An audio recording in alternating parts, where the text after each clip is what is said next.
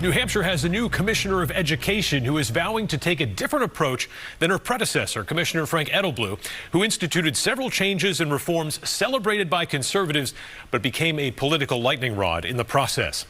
Caitlin Davis is saying she does not see the Commissioner of Education's office as a political platform, but this does not put her at odds with Edelblut's supporters or anyone else for that matter.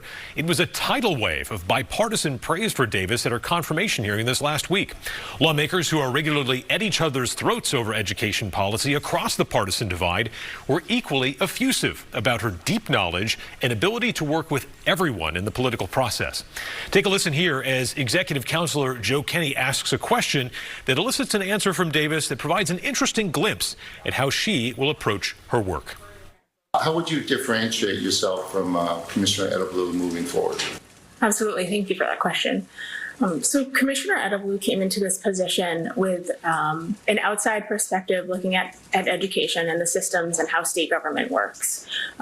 He had been a legislator prior, but hadn't spent time working in a state agency. That is the #1 differentiating factor between myself and Commissioner Edelblut, is that I have spent 15 years operating a state agency, and I know the challenges and unique circumstances that come with operating a state agency.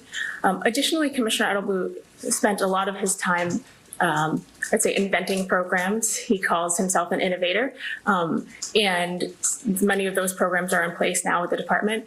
I would like to spend a lot of time looking at some of those programs, understanding some of the ones that are working, some of the ones that are not working, ensuring that all of the support from the Department of Education is supporting programs that are high quality, that are needed by students, and that are good use of our taxpayer dollars.